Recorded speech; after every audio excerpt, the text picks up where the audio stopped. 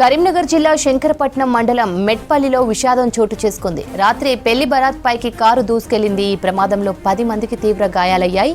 ఇద్దరికి తీవ్ర గాయాలు కాగా వారిని హైదరాబాద్లోని ప్రైవేట్ హాస్పిటల్కు తరలిస్తుండగా ఒకరు చనిపోయారు. మృతురాలు బకారపు ఉమా అనే మహిళగా గుర్తించారు. ఘటనపై కేసు నమోదు చేసి దర్యాప్తు చేపట్టారు పోలీసులు.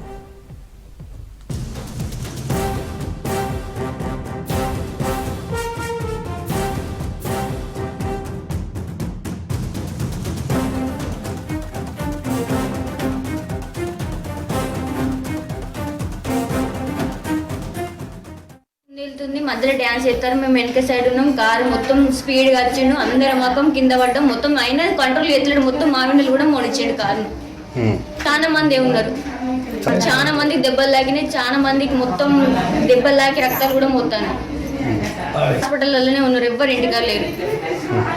20 మంది అవుతారు. ఒక్కొక్కరు చెవులే ఊసిపోయినాయి. నాకు కాదు ఒకళ్ళ నడం పోయింది, ఒకరి కాళ్ళు పోయినాయి, ఒకరి రెక్కలు ఇక అందరూ ఒకరు కుడిగా పలిగింది. 2-3 ఆన్నే పడిపోయింది.